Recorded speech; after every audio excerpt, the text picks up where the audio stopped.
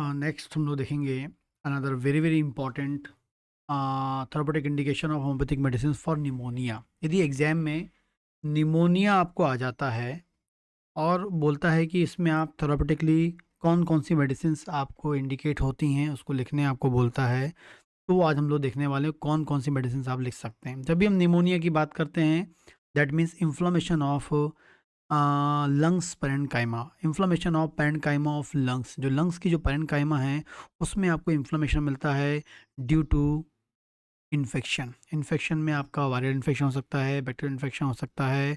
खासकर छोटे बच्चों में निमोनिया बहुत फ्रिक्वेंटली मिलता है एंड ओल्ड एज में भी आपको भी निमोनिया बहुत कॉमनली मिलता है।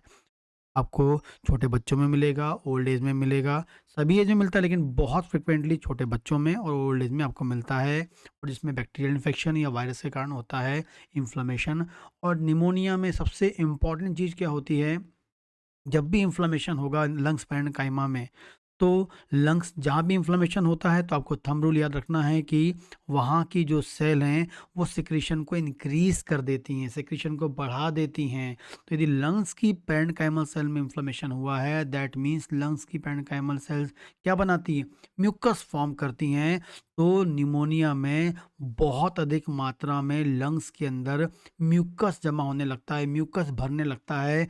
जब म्यूकस भरता है तो जिससे आपकी ब्रोंकियल ट्री या जो एयर के जो ट्रैक होते हैं वो ब्लॉक होने लगते हैं, और कहीं न कहीं फिर साँस लेने में तकलीफ़ होती है, और कहीं न कहीं ब्रीथिंग ट्रबल आती है।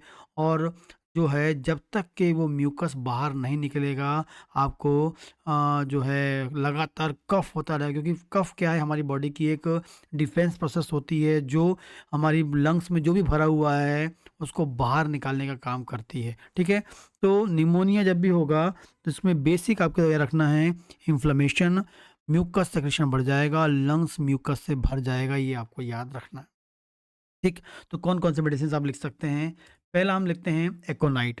अचानक से ठंडी हवा लगने के बाद यदि आपको निमोनिया हो जाता है, ठीक है, ठंडी हवा लगी, अचानक से ठंडी हवा के संपर्क में आए और उसके बाद आपको निमोनिया के सिम्टम आ जाते हैं, निमोनिया जैसे लक्षण आपको मिलने लगते हैं, तो एकोनाइट बहुत ही वेरी वेरी इफेक्टिव दवा होती है। ठीक है, फर्स्ट स्टेज की हम बात करेंगे, अचानक से आपको हो जाए, ठीक है, या एकदम शुरुआती स्टेज है आपकी, ठीक है, साथ में उसको स्किन ड्राई पड़ती है, ठंडक उसको लगता है, एंजाइटी रेस्टलेसनेस होती है, और शार्प चेस्ट पेन मिलता है, तो आपको एकोनाइट के बारे में सोचना है। फर्स्ट स्टेज ऑफ निमोनिया में एकोनाइट काम करती है। अचानक से कुछ दिन में आपको निमोनिया से लक्षण आ जाएं तो आपको एकोनाइट के बारे में सोचना चाहिए। सेकेंड है ब्रायोनिया। ब्रायोनिया जो है सेकेंड स्टेज पे अच्छा काम करती है। जब आप निमोनिया पढ़ते हैं तो उसमें आपको डिफरेंट स्टेजेस के बारे में बताया जाता है, तो उसमें आपसे सेकेंड स्टेज होती है जिसमें आपको ड्राई पेनफुल कफ, सूखा कफ, ड्राई पेनफुल कफ आता है। ठीक है, सीने में चुभने वाला दर्द होता है, थोड़ा सा चलने पर आपको दिक्कत होने लगती है, क्योंकि लंग्स के अंदर इतना अधिक म्यूकस भरा है कि सांस लेने में तकलीफ होती है। ठीक है, तो सेकंड स्टेज होती है जिसमें आपको अधिक मात्रा में म्यूकस मिलेगा। ठीक है, म्यूकस वाली स्टेज आपको मिलेगी। ठीक है, साथ में हम बात करेंगे, ड्राई कफ होगा, बलगम बाहर नहीं निकलेगा, ड्राई सूखा कफ होगा।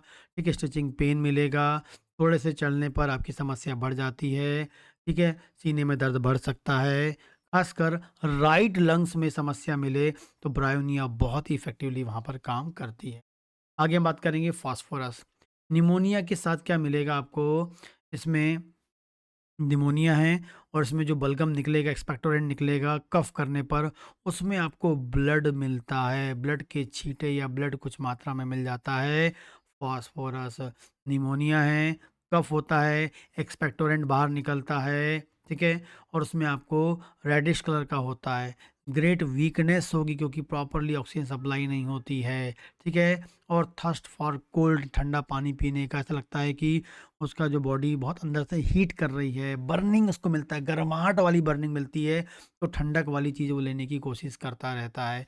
तो फास्फोरस में कीनोट सिम्टम क्या है, निमोनिया है, कफ होगा, एक्सपेक्टोरेंट आएगा, उसमें ब्लड आपको मिल सकता है। ग्रेट वीकनेस तो मिलनी मिलनी क्योंकि लंग्स में कंजेशन है आपके।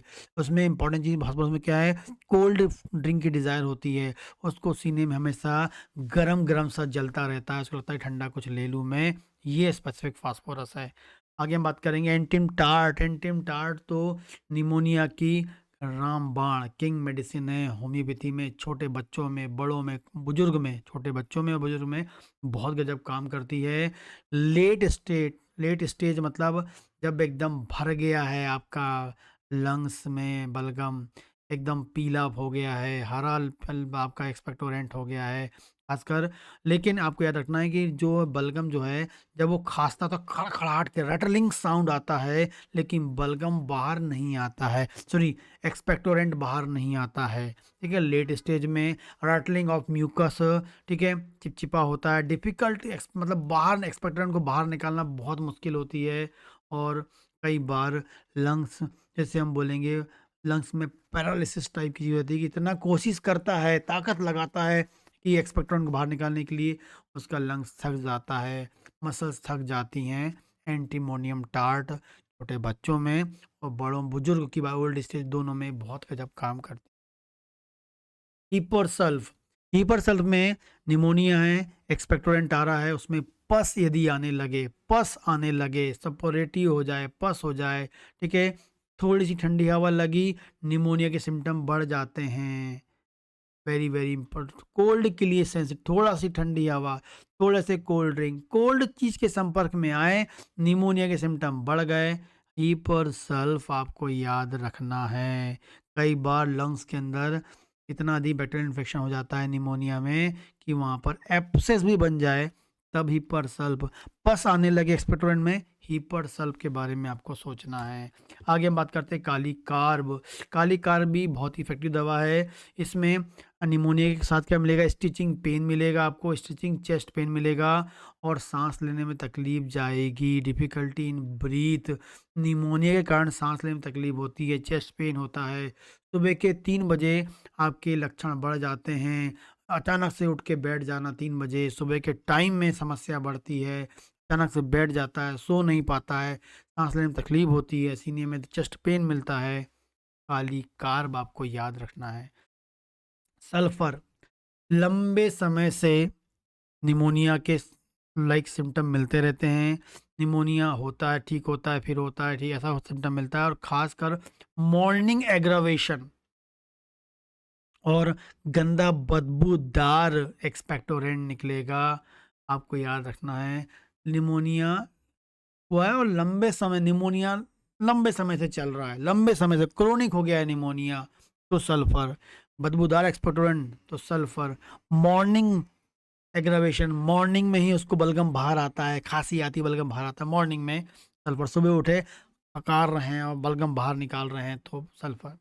वैटम वेडी जो है, इसको आप क्या रखना है कि भैया निमोनिया में है, लंग्स की प्रॉब्लम है, लंग्स की फंक्शनिंग फेल हो रही है, जिस कारण से आपके हार्ट तक पहुंच जाती है प्रॉब्लम। मतलब जब निमोनिया के कारण लंग्स की फंक्शनिंग खराब होती है, क्योंकि लंग्स में कंजेशन इतना है, ठीक है, तो कंजस्टिव स्टेज आपकी लंग्स की होती है, जिसके साथ में आपको फीवर भी बहुत आता है और साथ में आपकी उस लंग्स की फंक्शनिंग के कारण, आपकी डिस्टर्ब होने के कारण हार्ट में आपको प्रॉब्लम मिलने लगे, हार्ट की समस्या आपको साथ में मिलने लगे, पैराइटम वेडी याद रखनी है।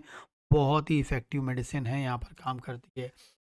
सिंगोनेरिया, राइट साइड का निमोनिया बायोनिया में भी है, सिंगोनेरिया में भी है, ठीक है, राइट साइड का निमोनिया है, ठीक है, तो उसमें खासकर आपको बलगम जो एक्सपेक्टोरेंट निकलेगा वो ब्लड वाला होगा, और राइट साइड का निमोनिया है तो सिंगोनेरिया याद रखना है आपको, ठीक है। राइट साइड में चेस्ट पेन, राइट साइड में बर्निंग पेन, राइट साइड के निमोनिया के कारण जो एक्सपेक्टोरेंट निकल रहा है उसमें ब्लड वाला आ रहा है, सिंगोनेरिया याद रखना है। लाइकोपोडियम भी राइट साइड का निमोनिया पे अच्छा काम करती है, लेकिन इसमें जो पेन है वो राइट से लेफ्ट की ओर जाता है, राइट लंग से लेफ्ट की ओर, राइट चेस्ट से लेफ्ट चेस्ट की ओर पेन जाएगा तो लाइकोपोडियम आ जाएगी। एक्सपेक्टोरेंट निकालने में डिफ़िकल्टी होगी, रैटलिंग इन चेस्ट होगा और ख़ासकर शाम के टाइम, मतलब जैसे ऑफ़िस का टाइम ख़त्म होता है 5 बजे, 6 बजे, शाम के टाइम में, इवनिंग टाइम में निमोनिया के सिम्पटम एग्रावेट होते हैं, या उनकी जो कफ़ एंड कोल्ड है या जो भी निमोनिया से के जो सिम्पटम्स हैं वो एग्रावेट होते हैं शाम के टाइम में, इवनिंग टाइम में। याद रखना है लाइकोपोडियम, लाइकोपोडियम एग्रावेशन मतलब इवनिंग, ऑफ़िस टाइम ख़त्म होता है 5 बजे, 6 बजे, ये आपका एग्रावेशन होता है लाइकोपोडियम। लास्ट बात करेंगे आर्सेनिक एल्ब। आर्सेनिक एल्ब बहुत ही इफेक्टिव दवा है, ये भी लेट स्टेज पे अच्छा काम करती है। निमोनिया के साथ ग्रेट प्रोस्टेशन, थकान, काम कर ही नहीं पाता है, रेस्टलेसनेस लगता है, काम करने में मन नहीं लग रहा है, बर्निंग चेस्ट मिलता है, मिड नाइट एग्रावेशन है, रात में 12-1 बजे एग्रावेट होता है, मतलब 12-1 बजे अचानक से सांस लेने में तकलीफ होती है और बैठ जाता है बिस्तर में, रात में 12 मिड नाइट में बैठ जाता है, तो आर्सेनिक एल्ब 3 बजे वो करता है, तो काली कार्ब है, आपको याद रखना है। तो ये भी लेट स्टेज में करता है। ग्रेट प्रोस बहुत अधिक थकान मिलती है, मिडनाइट एक्टिवेशन है, रेस्टलेसनेस है, बेचैन है, चिंता है, उसको बर्निंग बर्निंग चेस्ट पेन मिलता है, आर्सेनिक एल्ब, ठीक है। तो ये कुछ मेडिसिन हैं, एकोनाइट है, ब्रायोनिया है, फास्फोरस है, एंटीमोनियम टार्ट है, कीपर सल्फ है, काली कार्ब, सल्फर, वेटाम वेडी हार्ट के साथ आ जाए, सिंगनोनिया राइट साइड में हो जाए, ब्लीडिंग रेड रेडिश एक्सपेक्टोरेंट आ रहा है, लाइकोपोडियम राइट साइड है, लेकिन राइट टू लेफ्ट उसको क्या जा रहा है, एक्सटेंड हो रहा है पेन, और शाम के टाइम में एग्रावेशन हो रहा है, आर्सेनिक एल्ब भी है मिडनाइट एग्रावेशन के साथ, आपको याद रखना, ठीक है। तो ये है आपका निमोनिया, बहुत ही इफेक्टिवली ये दवाएं क्लिनिकल प्रैक्टिस में भी आप यूज़ कर सकते हो और एग्जाम में आती है तो आपको ये लिखना है।